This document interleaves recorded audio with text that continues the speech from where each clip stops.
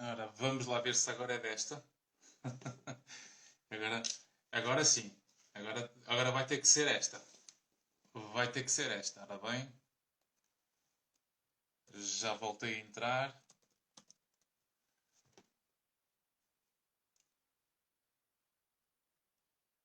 Ora, muito boa noite.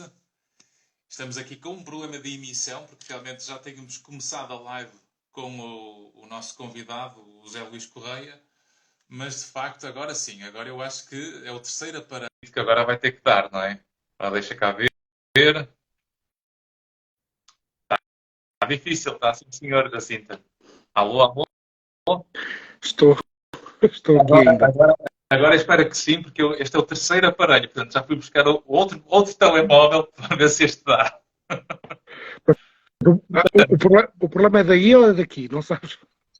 Eu acho que deve ser o problema do próprio Instagram, porque eu estou a utilizar aparelhos diferentes e a conta é a mesma. Portanto, deve ser aqui a minha conta que deve estar com algum problema de compatibilidade, mas que é muito raro. Quer dizer, isto nunca aconteceu. É a primeira vez que eu estou aqui. Mas isto é para ver como é que anda o nosso improviso nesta situação.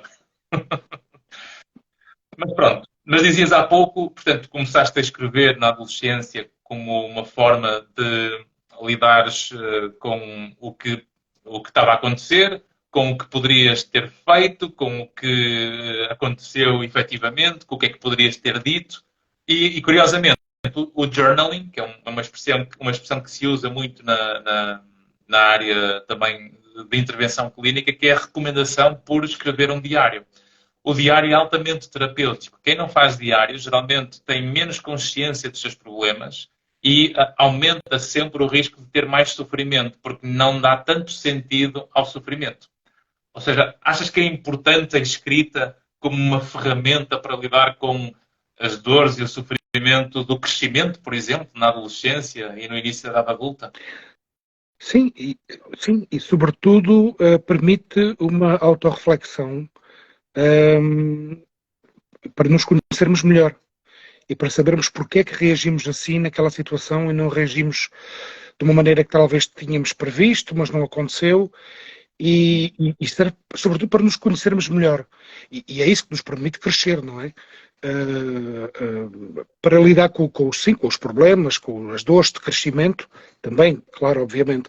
A mim, Da vida, não é? Muitas vezes todos temos injustiças da vida e é bom que as pessoas percebam que não é nada contra nós em particular, quer dizer, basta existir e vivermos na sociedade e no mundo em geral, que temos tanto cruzamento uns com os outros, com tanta gente junta, que realmente nós nunca vamos conseguir agradar a todos e temos que realmente perceber que é um esforço mútuo que tem que ser feito entre as pessoas, não é? e o que é engraçado é que, paralelamente, eu, desde cedo que leio diários de escritores, o Diário da Anne Frank, o Diário do Miguel Torga, por exemplo, né? E, portanto, não sei se foi por isso que comecei por aí, mas percebi que era isso que me ia permitir também desenvolver a minha escrita. Portanto, é um acto consciente, não é? Primeiro de querer-me conhecer a mim próprio, depois de desenvolver a minha escrita. Portanto, era uma forma de regularmente escrever. E não foi logo a primeira tentativa, aos 14, foi aos 16. Aos 16 começou a ser mais consistente. Claro. Quer dizer, nessa altura, se calhar aos 14, eram aquelas cartas que se fazia, se calhar, para dedicar a alguém que gostávamos na turma, manda- mandar assim um envelopezinho escondido com algum poema inventado de amor ou de dedicação também, que isso faz parte dessa altura da vida, não é? Mandei Fazias algumas essas cartas. coisas. Sim, mandei algumas cartas de amor anónimas. Hoje arrependo-me, devia ter assinado. Esse é que é o problema, que realmente nós fazemos cartas com aquele medo da vergonha ou de sermos rejeitados e depois esquecemos que ela, se gostar, depois nunca vai conseguir nunca vai saber quem é que foi, não é? Sim, E portanto, e também aprendemos que a rejeição nos faz crescer e nos faz passar para outra etapa e que a rejeição não é sempre negativa, porque se calhar estamos a safar-nos de uma boa. exatamente, não é? Que aliás, e nós aqui isso faz lembrar outra coisa interessantíssima, que é a coragem que nós muitas vezes tentamos em fazer certas coisas e que deixamos de fazer com a crença de que vamos ser rejeitados. A questão é que quando eu tento obter ou alcançar aquilo que nós nunca tivemos, nós também não perdemos, porque ninguém perde o que nunca teve. Exatamente. E, incrivelmente, muitas vezes eu pensei, não, desta vez vou dar o passo em frente e seja o que for, não é? E depois dá certo. E pensamos, uau! Exatamente. E aí inventas mais um poema. Ah, sim, sim, sim. O poeta tem sempre uma razão para escrever, seja na infelicidade ou na extrema felicidade, sim. Claro. Olha, depois, portanto, começaste nessa altura com a escrita, a fazer o diário.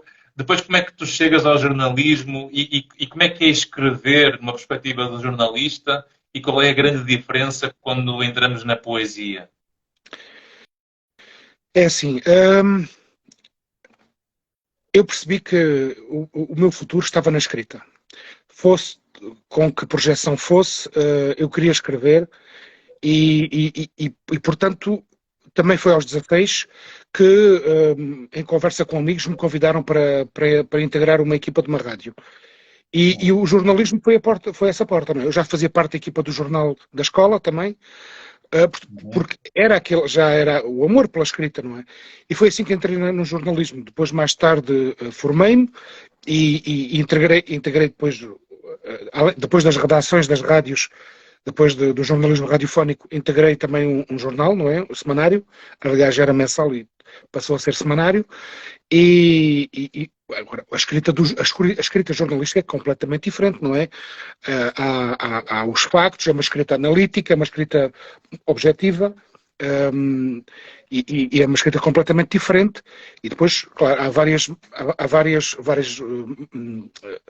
fórmulas, não é? Há a reportagem, em que se vai contar uma história, há o artigo frio e quadrado.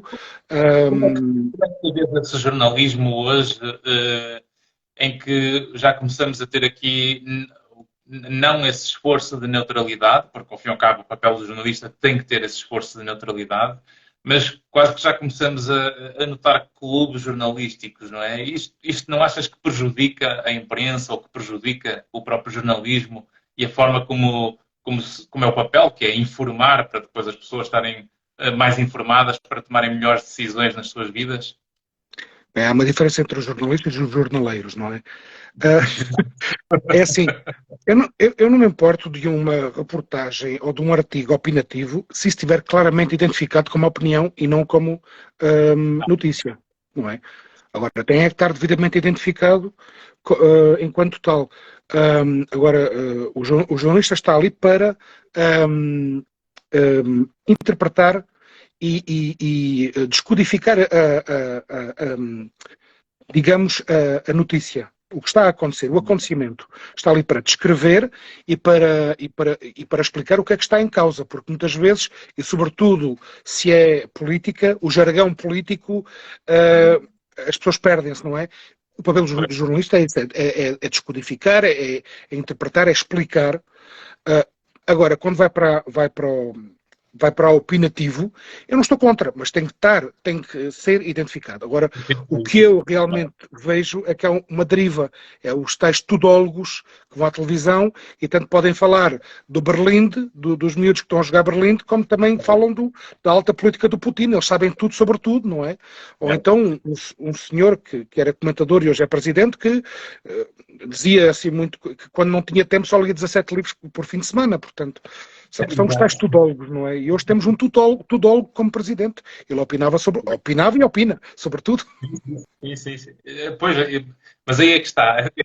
Esse esforço de manter a naturalidade, quando passa a ser opinião, obviamente tem que ser informado, ou seja, tem que se dizer que agora não estamos a lidar com os factos ou com a evidência, mas se calhar com um artigo de opinião, por exemplo. E aí sim já podemos aceitar esse enviesamento que pode existir. Mas este esforço que fazes como jornalista, e já passaste pelo Jornal de Notícias, chefe de redação no Jornal Contacto e jornais luxemburgueses, dois, não é? Foi o Luxemburger Wort e La Voix du Luxembourg. Penso que é assim que se diz no sotaque certo, não é? Luxemburger Wort e La Voix du Luxembourg, sim, também escrevi para isso.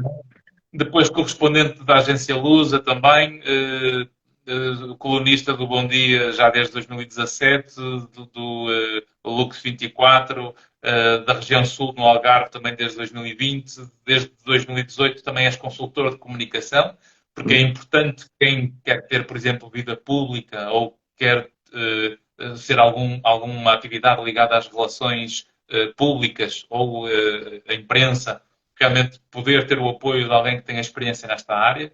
E, portanto, este papel tu fazes com frequência. Tiveste um prémio, o prémio Prestígio de Dedicação das Comunidades Portuguesas em 2003, atribuído pela revista Portugal. Para além depois das outras prosas, que já vamos depois à parte mais artística, é? Essa parte mais poética da tua vida. Mas, a propósito desta diferença e deste esforço que há numa escrita mais neutra enquanto jornalista, há aqui uma luta muitas vezes interna entre aquilo que tu vês e que estás a procurar relatar de forma neutra com aquilo que também é a tua reação emocional aos próprios eventos que acontecem. Sei lá, por exemplo, agora a guerra da Ucrânia contra a Rússia, estes conflitos ou estes atritos das massas em termos políticos e em termos das redes sociais, que viramos tribos e parecemos bichos dentro das redes sociais, nos mundos virtuais, mas quando as pessoas realmente se colocam frente a frente, acabamos por ver uma atitude mais moderada na maneira de comunicarem uns com os outros.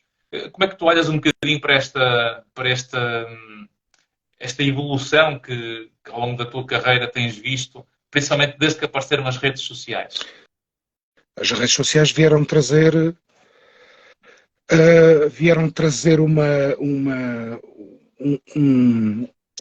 a ideia de impunidade daquilo que se podia dizer e a quem se podia dizer. As redes sociais não exigem que sejamos, que tenhamos a nossa identidade, podemos ser anónimos, podemos criar perfis falsos ao infinito e depois dizermos as coisas mais inusitadas e a lei ainda não, as leis, as legislações dos países ainda não enquadram muito bem tudo o que se pode dizer ou não dizer nas redes sociais. Há muito poucos casos de pessoas que vão realmente à justiça para se defender, se foram insultados, se foram desacreditados, enfim.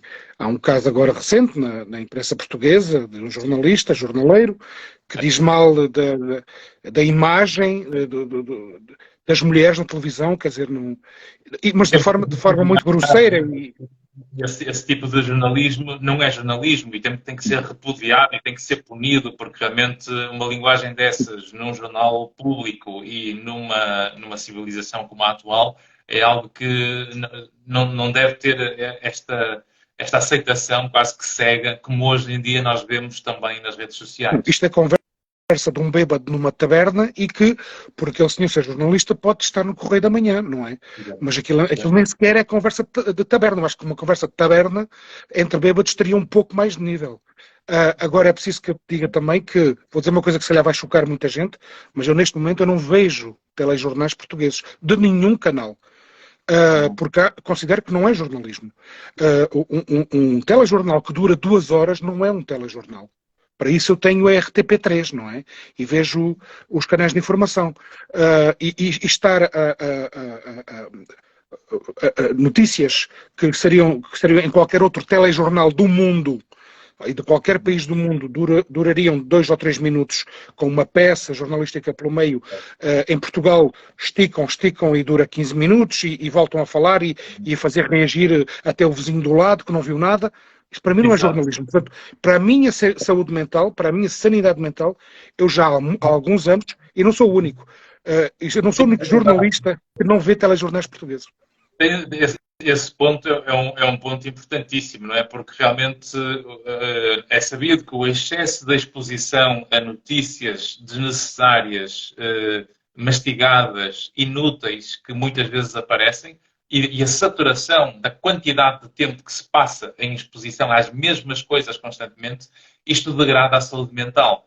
Aliás, há diretrizes que a Ordem dos Psicólogos deu e a Organização Mundial de Saúde, precisamente para reduzir a exposição a certo tipo de notícias, porque se estamos de manhã, de tarde e à noite expostos a realidades constantemente negativas, o nosso próprio mundo começa a ficar negativo, mesmo que não seja. Porque nós temos que separar entre aquilo que é o mundo que nós temos e o mundo que estamos envolvidos e perceber o mundo que nós controlamos e que conseguimos ter uma influência e o mundo que nós não controlamos. E se eu começo a ficar alterado emocionalmente e no meu equilíbrio diário por causa dos problemas todos que existem no mundo, porque eu passo a vê-los de uma forma... Eu não passo a vê-los, quer dizer, eles entram pela vida dentro quando ligamos as televisões. De facto, tem que haver uma escolha voluntária de reduzir essa exposição e de facto, muitas vezes, se calhar passam 4, 5 dias e eu vejo o telejornal e pouco evoluiu desde as notícias de há 4, 5 dias atrás. E o excesso também de notícia, ou o excesso de informação, quando não sabemos o que fazer com ela, isto também agrava a saúde mental. E, portanto, é preciso que se tenha a noção de que a curiosidade a mais, no sentido de nós queremos ser expostos demasiado à informação sem saber o que fazer com ela, é como o sofrimento. O sofrimento sem sentido é sempre pior em relação a quando eu consigo dar sentido ao sofrimento. Mas repara que a maneira como se dá uma notícia também já é uma escolha editorial. E, portanto, agora pegando num caso muito recente, que foi um homem que fez um ataque terrorista em Portugal, antes de se saber portanto, o background dele, antes de saber o que é que tinha estado na origem daquilo que ele fez, imediatamente as televisões disseram, primeira vez em Portugal há um ataque terrorista, portanto, a notícia foi imediatamente, pegaram na notícia e deram imediatamente uma projeção para provocar ansiedade, angústia. Portanto, e como o Michael Moore, que é um célebre polemista, realizador americano, escreveu no livro Stupid White Man e depois reproduziu nos outros documentários que ele fez, é criando um público com angústias, com ansiedades, que melhor se manipula esse público. Portanto, está tudo explicado. Quer dizer, isto é um caso, estes casos são conhecidos da maneira como é que se manipula as massas. É tipo aquele filme do Leonardo DiCaprio, Don't Look Up, não é? Que está na Netflix, maravilhoso. Com muita ironia e muito humor que nem toda a gente percebeu. Mas eu adorei, realmente. Acho que o filme está brilhante nessa forma realmente de olhar para a informação.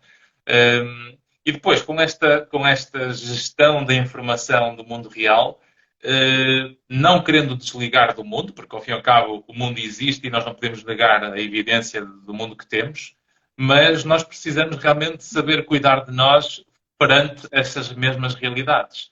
E o que é certo é que todos nós sabemos que, quando vamos analisar as vidas das pessoas, muitos de nós passam exatamente pelas mesmas coisas, mas uns deprimem e outros não. Uns ficam com perturbações de ansiedade e outros não. Uns têm perturbações de personalidade e outros não. E, portanto, não é a realidade das pessoas em si que justifica os seus problemas, mas sim a forma como nós lidamos com esses problemas. E, portanto, a vida não é o que me acontece, e isso é uma coisa que a ciência e que a investigação têm demonstrado. Aliás, brevemente vou lançar um livro que vai ter muito sobre isto, é que a vida não é o que me acontece, a vida é, acima de tudo, o que eu faço com aquilo que me acontece. E isto depois faz as diferenças de nós conseguirmos superar ou não as crises e as transições e os lutos e as perdas e os conflitos e os momentos de sensibilidade que nos surgem perante os contextos e as pessoas. E com isso nós conseguimos flexibilizar ou rigidificar. E o sofrimento rígido tem a ver sempre com menos compreensão. Quanto mais eu consigo compreender o meu sofrimento, mais ele flexibiliza e liberto-me daquele peso que estava no momento em que é mais intenso. E por isso, quando nós, por exemplo, fazemos deslocamentos dessa energia negativa, entre aspas, como por exemplo quando vamos para as redes sociais e vemos esses perfis falsos, anónimos, em que destroem tudo porque não concordam, mas são pessoas que usam isso como escape pelas suas frustrações de não conseguirem lidar com os seus próprios problemas nas suas vidas. É como não conseguir dizer que conseguir debater com uma chefia no trabalho e vai para o futebol chamar nomes ao árbitro. Porque não entra em conflito direto. É um escape que se tem ali para aliviar o peso do sofrimento. A mesma coisa como estarmos frustrados e chegamos a casa e comemos metade do frigorífico. E, portanto, aqui, estamos a falar aqui de exemplos negativos para lidar com as frustrações e com os problemas da vida, mas também podemos procurar o lado positivo, em que, por exemplo, estou frustrado, então deixa-me ir fazer uma corrida ao sprint para ver se gasto energia, ou vou ao ginásio pegar em peso e ver os problemas todos serem esmagados com os quilos que estou a pegar, ou então pegar numa folha e num papel e começar a despejar em palavras toda a minha raiva, o meu sofrimento. E, portanto, quando olhamos para aqui para a poesia, ou para a prosa, ou para a poesia, e se calhar aqui também é importante os nossos seguidores perceberem qual é a diferença entre uma prosa e uma poesia, e o que é que isso exige de ti como escritor quando estás a escrever prosa e poesia, e o contributo que isso dá para aliviar a tua dor ou para te organizares mentalmente, para ficares mais flexível e perceberes que a vida, apesar de todos os dramas, tem muita coisa boa na mesma, não é? Sim, sim. Felizmente é essa a conclusão. Felizmente é essa a conclusão a que chego sempre. Todos os dias, à noite, antes de dormir, felizmente a vida é boa. E a vida traz muitas coisas boas. Uma vida sem problemas não existe. Como tu disseste, o que devemos aprender a fazer é como reagir aos problemas, como ultrapassá-los e, sobretudo, depois de cada queda, aprender a nos levantarmos. Isto só para lembrar, sabes quem é que tem vidas boas mesmo? Daquelas vidas sem problemas nenhuns, os que nós não conhecemos. É que tem sempre vidas boas, não é? Mas a prosa permite-me ser mais reflexivo, refletir sobre mim, e talvez a prosa seja o primeiro.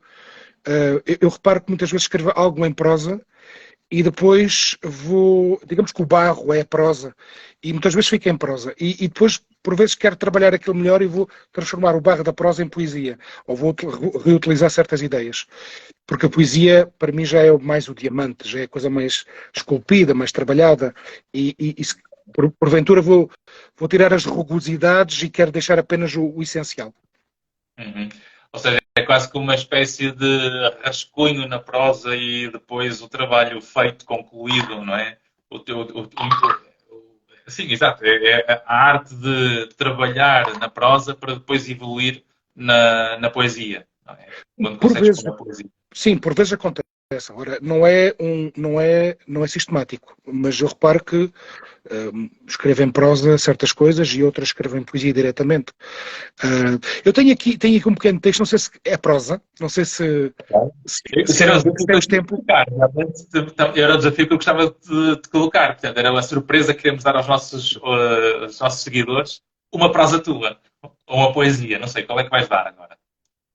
Primeiro uma pequena prosa, é um texto bastante curto. E assim depois apreciam, e depois posso ler também um poema, e depois apreciam e decidem. É um pequeno texto que se chama O Homem do Café. Estamos a falar em tabernas, calhar. O homem de óculos e barba, sentado de perna cruzada, bebe café. As suas mãos recusam o açúcar e correm nervosamente o tampo da mesa em madeira antiga. Ajeita o colarinho, ensopado em suor, olha-se no espelho do bar, alisa o fato amarrotado e o cabelo em batalha. Parece querer erguer-se e sair, mas permanece sentado. Olha-me como se o seu itinerário apenas dependesse de mim. Então vou lá.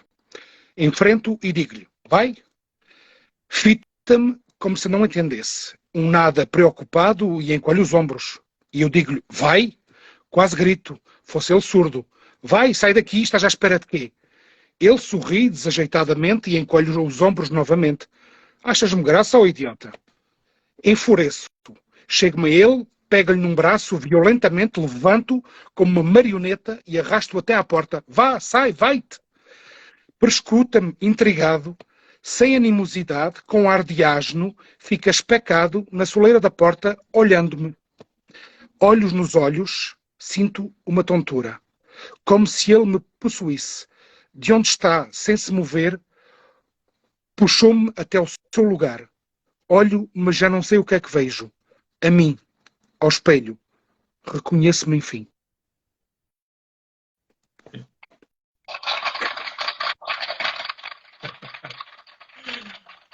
Muito bem. O Homem do Café. O Homem do Café.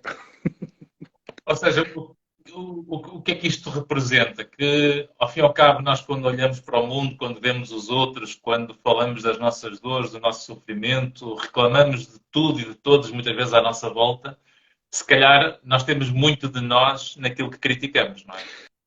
Sim, e sobretudo, muitas vezes não nos reconhecemos ao espelho. E fazemos coisas que não reconhecemos como sendo nosso.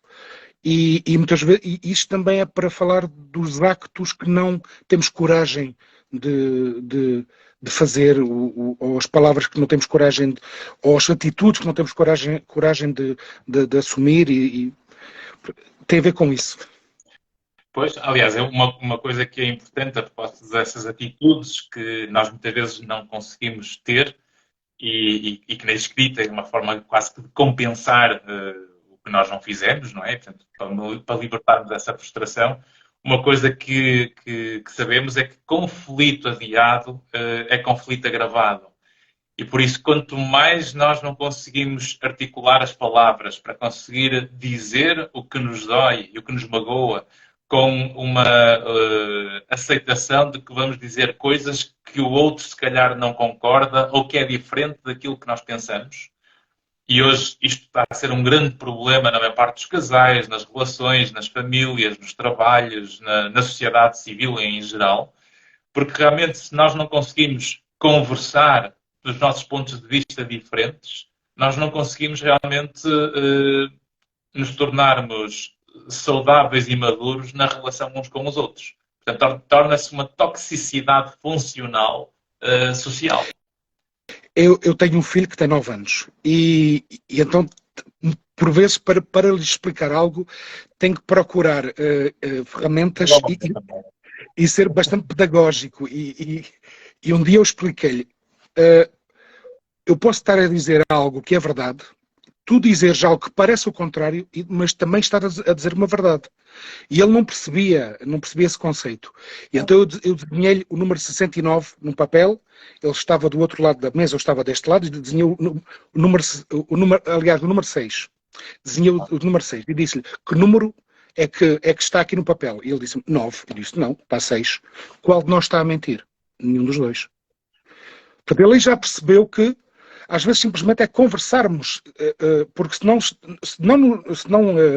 se não concordarmos que aquilo é um 6 de um lado, mas é um 9 do outro, então é uma discussão conflituosa, não dá para avançar.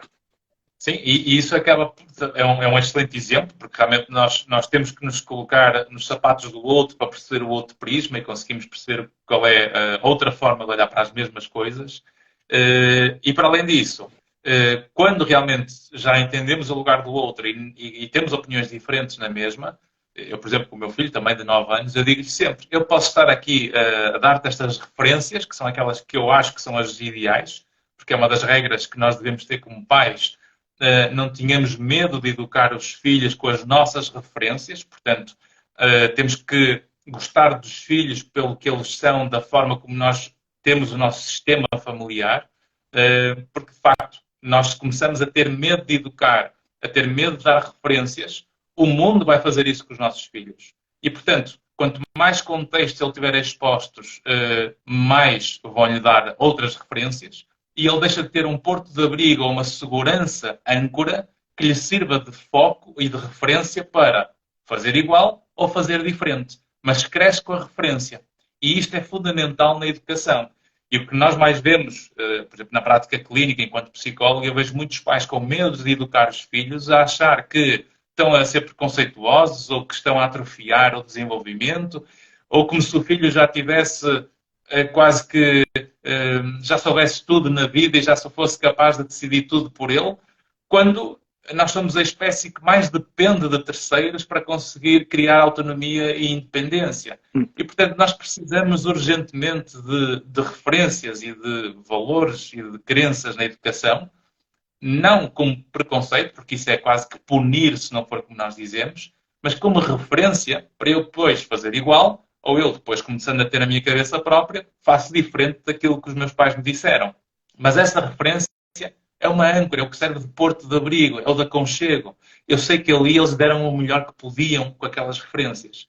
E nós vemos muito medo de educar hoje como se estivessem a bloquear alguma coisa, e isso não é educar. E ao reduzir esta capacidade de diálogo com os filhos, como se contrariar os filhos fosse dizermos que nós não gostamos deles, e isto é quase como um traço muito mais de imaturidade nossa enquanto adultos, quando temos medo, de facto, de dizer como é que nós gostaríamos que as coisas fossem.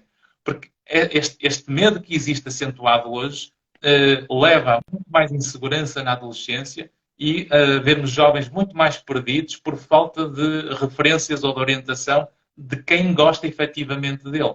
Porque o mundo geralmente vai gostar deles enquanto servem os interesses dos outros. Enquanto que nós vamos gostar dos filhos pelo que eles genuinamente são. Não é? Por isso é que o argumento, eu digo sempre ao meu filho, olha, se tu vês que aquilo que eu estou a dizer tu não concordas, tu contraria, mas sustenta os teus argumentos. Tu traz-me argumentos. Não, e sobretudo, o que eu vejo também à minha volta é que os pais têm uma certa apreensão, um certo medo de confrontar os filhos à frustração. Ora, as crianças têm que ser confrontadas à frustração para poderem gerir isso no futuro. E valido isso como especialista na área, ou seja, enquanto psicólogo clínico, a frustração é essencial à vida para nós nos ligarmos à realidade, porque o mundo vai nos frustrar muito mais do que satisfazer. Exato. Sim, sim. Portanto, se nós esquecemos deste lado, não é? Acabamos por realmente fragilizar muito mais o desenvolvimento e, por exemplo, incentivar os filhos a escrever um diário para contarem como é que foi o dia deles, por exemplo. Ainda não chegámos a esse ponto. Para já, ele já me disse, pai, eu sei que tu gostas de livros, eu prefiro matemática, portanto, tenho que respeitar. Bom, que faça, não é? Mas, por exemplo, a escrita tem sempre uma grande vantagem, e era o que dizíamos no princípio. A escrita aumenta sempre a nossa consciência. Quanto mais consciente nós estamos dos nossos pensamentos, mais percebemos o impacto que isso tem nas nossas emoções. Se eu entendo melhor as minhas emoções, porque sei descrevê-las por palavras, eu vou contar a minha história de uma forma que me seja mais protetora e não tão vulnerável. E se eu consigo ser mais flexível na forma como eu conto a minha história, eu adapto-me muito mais facilmente ao mundo. Porque somos nós que nos adaptamos ao mundo e não o mundo a nós.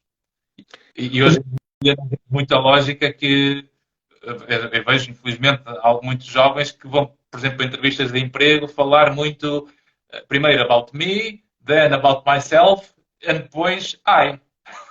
Não é? O meu filho veio-me há pouco tempo com uma conversa que eu não estava nada à espera que ele tivesse comigo, porque ele não...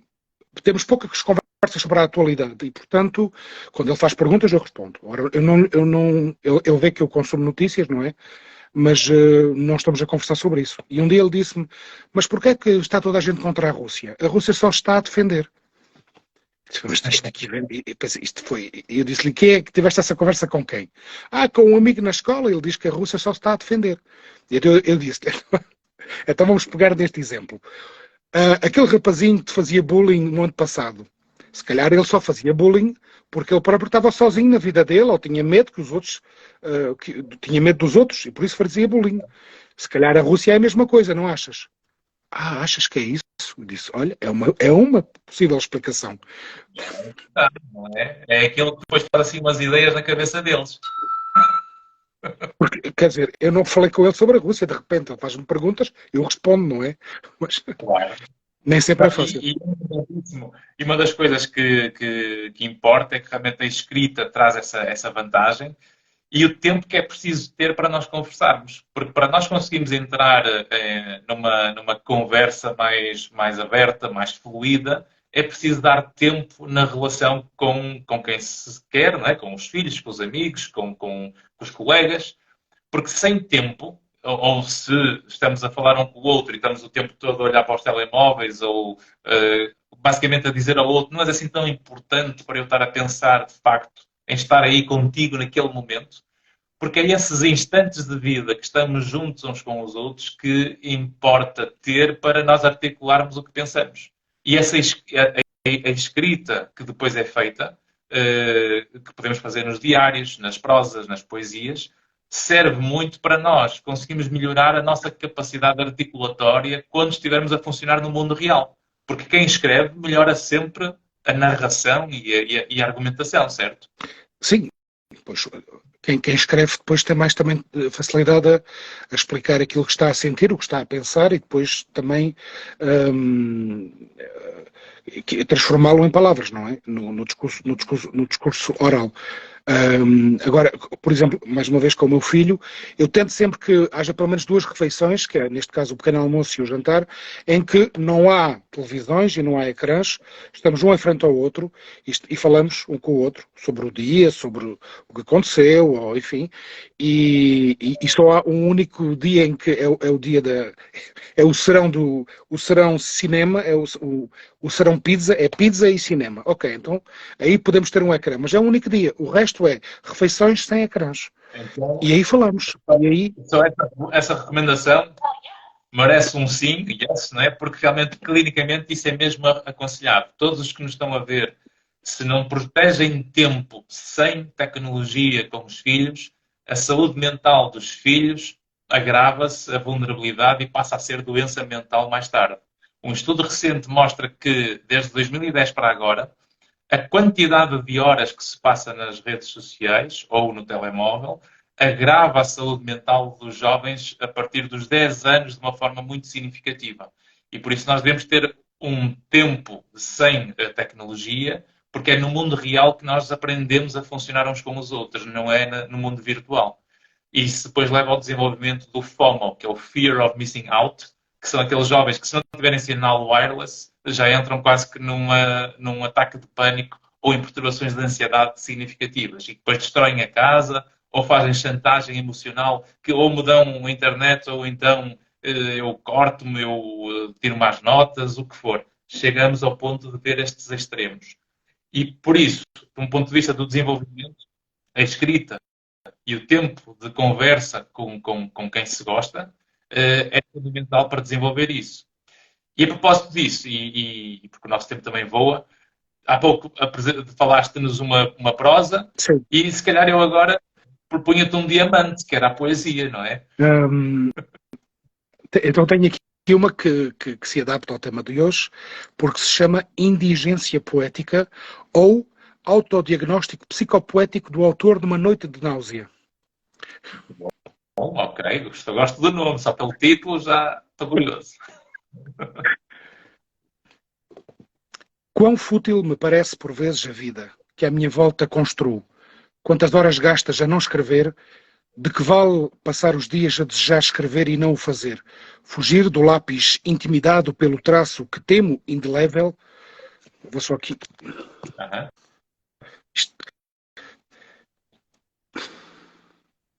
De que vale passar os dias a desejar escrever e não o fazer? Fugir do lápis intimidado pelo traço que temo indelével da mediocridade. Escrever para quê? Porquê? A escrita em mim já não é vida. Nem fé, nem resistência, nem convicção, nem onanismo sacro, nem pagão, nem filosofia, nem arte, nem amor, nem sexo, nem nada. E eu a ambicionar que fosse a minha espinha atlântica, o meu nexo, a minha travessia quântica para além das eras. Escrever sobre não escrever, para escrever sobre essa lamentável astenia literária que se manifesta por sintomas crónicos de insuficiência, de singularidade e de carência notória e inveterada de talento, é estúpido. E esta tinta, tão somente um prodigioso desperdício neurótico.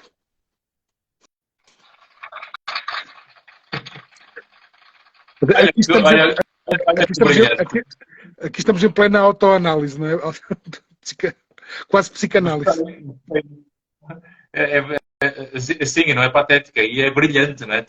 Realmente é brilhante essa expressão, é autoanalítica, não é? Porque é tal coisa, nós acabamos por falar muito de nós na escrita, acabamos por nos entendermos muito mais quando escrevemos e depois de uma obra feita, ou seja, quando por exemplo, depois destas antologias que escreveste, estes livros que já publicaste, estas várias edições, portanto, já publicas já tens quantos livros? Não, eu tenho apenas um romance publicado, mas participei em várias antologias. Exato. E curiosamente tens um diário erótico, não é? Portanto, que deve ser interessantíssimo para as noites picantes de verão. É um romance, portanto é ficção. Mas está escrito como um diário. As fantasias engrandecem a vida real, não é? Exatamente. Portanto, para os nossos seguidores e como mensagem principal sobre esta poesia e a relação que fazemos aqui com a saúde mental e a propósito da escrita e da poesia, um último parênteses antes de eu passar pedir-te esse conselho final. Uma coisa que eu acho que aqui que é importante transmitir para quem nos está a ouvir e a ver é que a poesia, a prosa, a escrita é uma arte que nos permite manter mais facilmente a nossa saúde mental. Ou seja, é uma espécie de catarse de nós conseguirmos nos organizar mentalmente para conseguirmos pôr em papel aquilo que muitas vezes mexe com as nossas emoções. E quanto mais eu consigo entender as minhas emoções com uma narrativa que me faça sentido, eu tanto posso perceber que estou a contar a história de uma maneira que me magoa muito, ou então eu posso perceber que estou a exagerar nessa minha narrativa e se calhar começo a embelezá-la de outra forma para que eu possa quase que, pegando no livro do Joseph Campbell, da Jornada do Herói, em que eu posso quase que escolher ser a vítima, o vilão ou o herói da mesma história. Porque é o que nós temos que encontrar, não é?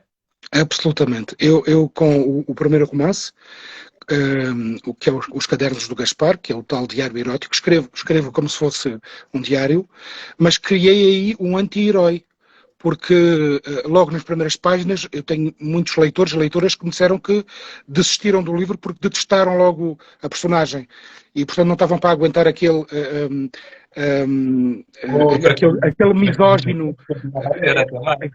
misógino e depois disseram pronto, para o fim o narrador não, o autor safa-se porque entretanto há coisas que se desenvolvem, mas para dizer que esse primeiro romance é um exercício de catarse.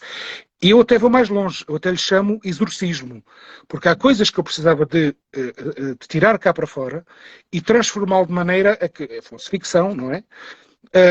E que não fosse exatamente como a minha vida foi, mas há coisas que deixei tal qual, outras mudei. Mas para mim foi quase um exercício de exorcismo, porque é preciso retirar esses fantasmas cá para fora, para não os termos lá dentro, não é? É como o pó que se põe debaixo do tapete. Se não limparmos nunca... Esse ponto é importante porque ao dizeres isso estás a dizer uma coisa fundamental, por exemplo, em termos terapêuticos, que é, eu quando consigo entender o porquê da minha história, eu consigo fechar o capítulo e ele deixa de fazer sombra no presente. Exatamente. Eu consigo ver melhor a minha vida com todos os dramas, todas as transições, conflitos, perdas, todo o sofrimento associado. Quanto mais eu consigo entender o porquê desse sofrimento, ou pelo menos tirar lições e aprendizagens com aquilo que vivemos, que é para depois vivermos melhor o presente e libertar o futuro, porque se eu não entendo melhor o que eu vivi, eu faço uma sombra e um sentimento de limitação do futuro. Mas se eu quero melhores memórias, eu tenho que ter sempre novas e melhores experiências, e para isso eu tenho que viver no presente. E se me permites, vou também só contar mais uma coisa, é que houve um dia, eu estava a ouvir uma entrevista do Sérgio Godinho e estavam-lhe a fazer perguntas sobre as canções dele e que há algumas canções que estão escritas na primeira pessoa do feminino e porque é que ele escrevia assim, se ele escrevia as canções diretamente assim ou era inspirado por alguém. Ele disse, escrevi essas canções na primeira pessoa do feminino e soube-me bem. E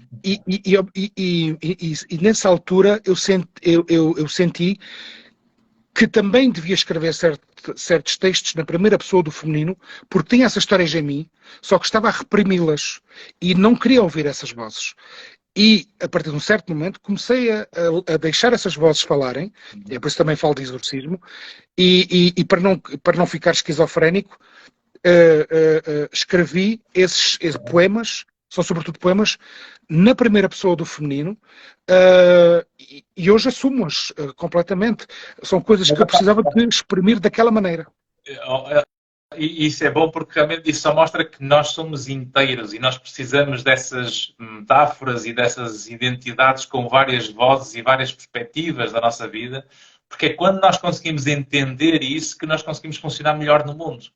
Por exemplo, isto faz-me lembrar um pouco quando nós vamos estudar um bocadinho as origens das civilizações das religiões e da forma como as crenças foram construídas para depois funcionarmos socialmente. Quando as pessoas, por exemplo, separam o masculino e feminino e andam com linguagens quase que em conflito, o yin e o yang, a noite e o dia, o sim e o não, isto está tudo ligado. E, portanto, nós temos um lado, obviamente, mais agressivo, mais territorial, que é mais masculino. Temos um lado de nos colocarmos no lugar do outro, de sentirmos o lugar do outro, a empatia, o afeto, a criatividade, a expansão para o novo. Isso é o lado mais feminino. E isto está tudo dentro de um círculo. Por isso é que os símbolos, quando vamos ver as simbologias, são duas metades. Uma metade complementa a outra, não é um melhor do que o outro. E nós andamos em combates quase que a achar que um é melhor que o outro, que é uma redução e uma visão muito pouco realista daquilo que é a metáfora que representa isto dentro da vida de cada um. E é por isso que a escrita também é muito metafórica, é muito dessa catarse, desse exorcismo, que traz um sentido de unidade ao todo para conseguirmos estar completos, do que andarmos a achar que estamos a ser mais ou menos só porque estamos a falar numa posição ou noutra posição, quando se calhar nós somos inteiros por dentro quando temos isto dentro de nós. Não é? E não é por acaso que somos originados a partir de um pai e de uma mãe, não é? Portanto... Claro, claro. Aliás, e é essa adaptação funcional que depende, como dizíamos no princípio, da estrutura onde nós estamos, quando chegamos ao mundo, e somos a espécie que mais precisa de adultos para funcionar, ou de alguém que seja autónomo para nos ajudar a ficar autónomos, e por isso nós não podemos ignorar que referências são importantes para conseguirmos ter melhores memórias, para organizarmos os pensamentos. A escrita é fundamental. O ler, muitas vezes, para conseguir escrever bem, é preciso ler muito, e as pessoas hoje em dia leem muito pouco. Se calhar é um conselho bom que podemos dar aqui aos nossos seguidores para lerem mais. Eu, em relação a isso, tenho uma opinião contraditória. É que eu vejo cada vez mais pessoas a ler. E há uma vasta franja da população, jovem e não só, que lê, continua a ler. E quando digo ler, pode ser ficção, pode ser jornais, e, bom, mas vejo muita gente a ler. Eu não tenho essa opinião que há cada vez menos leitores. Eu tenho a opinião que... Os livros o pessoal compra mais pelos títulos e não lê o livro. Nós temos montes de pessoas que têm livros que não leem. E, portanto, lê-se muito mais os títulos e os índices, e o tempo que é preciso dar para a leitura é o tempo que as pessoas, por exemplo, gastam no Instagram e nas redes sociais, que depois dizem que não têm tempo para ler livros. Eu também não sei como é que as pessoas leem romances em diagonal e romances de 300 páginas em 3 dias, mas pronto, ok. Esses são aqueles que conseguem, são aqueles que têm a fazer um programa de darem opiniões todas as semanas sobre tudo, constantemente, não é? Exatamente. Por último, qual é assim a mensagem principal que tu achas que poderias dar como jornalista, como poeta, como escritor, para que os nossos seguidores percebam a importância da escrita? É assim, para mim, a escrita é a forma que eu encontrei para me exprimir, para escapar de mim, para escapar para dentro de mim, para perceber o mundo. Agora, eu acho que, e aprendi isso com o meu filho, acho que há muitas maneiras de cada um tem que encontrar a sua forma. Pode ser a música, pode ser a matemática, pode ser as ciências, pode ser o desporto, pode ser a atividade física, pode ser viajar. Eu acho que cada um tem que encontrar a sua forma de uh, a perceber-se do mundo que o rodeia, digerir. Fazer esse exercício. Sim, exatamente. Para mim é a escrita, mas eu consigo conceber que para outras pessoas pode ser a arte, pode ser a escultura, a música, pode ser a pintura,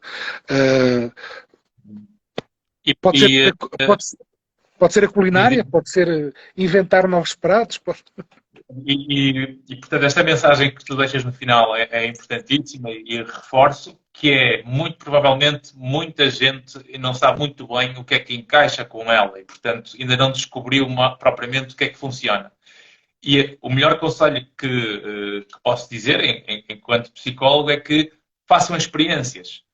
Leiam, escrevam, cozinhem, vão ao ginásio, vão correr, vão andar a pé. Agora, sempre formas de libertar e de trazer essa catarse ou esse exorcismo para o lado bom. Não para a agressividade, para a destruição, para criarem perfis falsos a dizerem mal de tudo e de todos, como se que o mundo não valesse a pena estar cá. Ou irem para o bar a tirar ovos e agredir as outras pessoas que não têm culpa nenhuma, muitas vezes, dos nossos mundos estarem mal. E, portanto, há aqui um sentido de autocuidado que é fundamental ter e que é bom que se tenha consciência que a mudança no mundo começa em cada um de nós. Porque se eu começar a mudar o meu mundo, eu influencio-te. Se tu mudares o teu, tu influencias-me. Se começarmos os dois a ter esta abertura para falarmos do que nós não concordamos, amadurecemos os dois enquanto bebemos um ginger ale no café. E, portanto, isto faz com que o mundo ande muito mais para a frente e cheguemos mais longe. E como diz aqui também o António, dizer que já agora experimentar carros diferentes. Por exemplo, se me permites também, e como a minha namorada é muito seguidora do budismo, há uma história que envolve o Buda e que nos ensina alguma coisa em relação àquelas pessoas que insultam, que vão para as redes sociais insultar, e depois nós vemos obrigados a defender a nossa honra e também responder.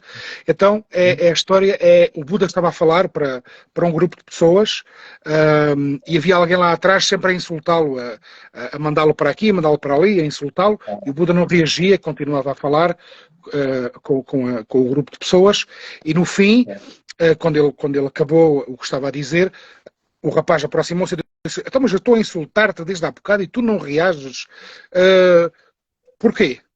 E ele disse: então, mas imagina, se tens uma prenda e queres dar essa prenda a alguém e a pessoa recusa a prenda, de quem é que é a prenda? A prenda é minha.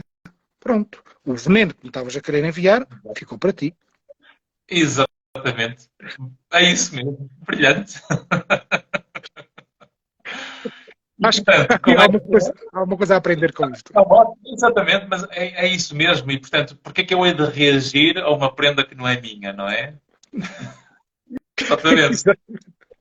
Vou só espreitar aqui se temos aqui algumas perguntas ou não dos nossos seguidores, mas, ora bem, temos aqui alguns comentários. Excelente, parabéns, estão a gostar muito da conversa. Cíntia, Paulo, Sandra. Temos aqui também a Cecília, estou a gostar muito e é muito interessante, parabéns. Um comentário aqui da Jacinta: a caligrafia reflete muitas vezes o nosso estado de espírito. Concordas também, não é? Concordo. Eu gosto muito de caligrafia árabe. Não sei falar árabe, não percebo, mas gosto muito da caligrafia árabe. E sim, a caligrafia diz muito sobre nós, sim. E acho que é um campo de estudo que merecia voltar a estar na moda, porque neste momento não está muito na moda. E nós próprios deveríamos saber o que é que a nossa caligrafia revela sobre nós. Olha, bem visto, sim senhor. Aliás, isso faz lembrar a importância de nós muitas vezes fazermos experiências deste tipo de coisas, de caligrafia, leitura, conduzir carros, o que for, porque estás a lembrar da história do Steve Jobs, que ele, quando saiu da faculdade, ao sair da faculdade, encontrou um panfleto a dizer que estavam cursos de hieroglifos egípcios, e ele foi fazer esse curso, que na altura era só para descontrair e fugir do mundo da tecnologia, e uma década depois, já depois de ter sido expulso da própria Apple, e depois criou a Pixar, vendeu a Pixar, voltou para a Apple e quando começou a ver os programas da MS-DOS, os estilos de letra eram muito feios. E ele então lembrou-se do curso de escrita egípcia para depois criar os estilos de letra que nós hoje temos nos computadores. É engraçado esta história também, não é? Mas foi por causa desta coisa, agora fizeste-me lembrar esta história do Steve Jobs. E, portanto, há coisas na vida que podem não parecer muito úteis ou não ter praticamente nenhuma utilidade hoje, mas nós vamos unir os pontos mais tarde em que tudo se alinha e está no caminho certo. Temos é que ouvir o que sentimos para descobrir essa realidade. E por falar em coisas que nos podem parecer acessórias, mas depois levam-nos a caminhos que não suporia, que não íamos supor, não é? Eu, na faculdade, entre as disciplinas que tinha algumas que eram opcionais e tinha algumas à escolha. E uma das que escolhi, confesso, por facilidade, não é? Para ter um 18 ou assim, e tive, foi o espanhol. Pensei, o espanhol é só para melhorar a nota. E então fui estudar espanhol, estudei espanhol durante um ano ou dois. E agora, o engraçado é que aprender o espanhol permitiu-me perceber melhor o português. Porque é que o português era como é. Perceber como é que certas palavras vieram do francês para o português saltando por cima da Espanha, outras transitando pela Espanha, e permitiu-me realmente conhecer melhor o português. Quando eu não fui para o espanhol para isso, não é? Fui porque ia ser fácil e tal. Mas é engraçado. Agora é uma língua muito fácil, claro, por supuesto que é verdade. Todos os portugueses falam espanhol, todos. Sim, claro. Em francês também, não é? O português, ainda me lembro de Mário Soares a falar francês, não é? Todos os portugueses acham que sabem falar espanhol. Menos quando chegam à Espanha. Exato. Temos aqui um comentário também da Cristina a dizer conversa riquíssima, autênticos, sem muros e apetecia-me continuar a ouvi-los. Ok? Diz aqui o António também, insultar é o mais fácil, ser íntegro é outra história. Aqui a Leia Forcing, parabéns, conversa muito interessante, com gosto. E, portanto, dito isto, o insulto é a arma dos fracos, não é? Exatamente, exatamente. Por isso é que a argumentação é fundamental. E quando alguém rejeita a conversa porque o outro não concorda, é essa pessoa que rejeita a conversa que deve ter a consciência que tem que evoluir. Porque se eu estou disponível para uma conversa de assuntos que não concordo, é essa abertura que faz com que nós consigamos construir pontes entre nós. Em vez de estarmos aqui em conflitos ou em tribos ou em comunidades de uns contra os outros, como se o mundo fosse certo e errado constantemente, porque a maior parte é só diferente entre nós. Temos é que conseguir um acordo para funcionarmos juntos. No entanto, há um escritor francês que eu gosto muito, que é o Jules Renard, que dizia há trocas de palavras e trocas de conversa que eu dispenso, porque fica a perder na troca. Ok. Isso depende da moeda, não é? Caríssimo. O nosso público está a aplaudir, como ouves. Muito obrigado pelo convite, foi uma conversa muito interessante. Também aprendi muitas coisas. Acho que uma conversa com um psicólogo é sempre muito interessante. Desta vez não foi deitado no divã, mas pronto. Exatamente, não é? É como eu gosto disto porque uma coisa que eu costumo dizer sempre e defendo à medida que vou aprofundando a minha própria experiência, que não há ciência sem filosofia, sem arte e sem toda esta moldura que está à volta da vida. Porque uma vida, se for despida dessa realidade, ou se for uma ciência despida de todas essas envolventes, por muito que nós entendamos a realidade das coisas, nós precisamos sempre dessa cor que muitas vezes nos protege para dar sentido às coisas, não é? Porque as coisas não são zeros e uns, são muito mais do que isso, não é? Há aqui muitos tons de cinzento, muitos arco-íris, muita energia de intensidades diferentes e nós precisamos realmente encontrar aqui convenções que nos permita entendermos uns aos outros do que andarmos a achar que quem não está no meu clube está errado. Quem não está no meu clube, exato, quem não está no meu clube está errado, não é? Sim, exatamente. Portanto, um abraço estoico a todos. Esta live vai ficar disponível aqui no Instagram. Podem partilhá-la com quem acham que vai gostar destes conteúdos. Marquem nos comentários os nomes dessas pessoas que gostariam de ver esta live. Vai também ficar disponível no meu canal do YouTube, derivandro.phd, podem encontrar no YouTube. E, portanto, Zé, mais uma vez, com muita gratidão a tua presença. Acho que é nesta partilha que nós todos ficamos mais ricos e, por isso, um abraço estoico e até para a semana aos nossos seguidores. Muito obrigado, Ivandro, e muito boa noite. Obrigado.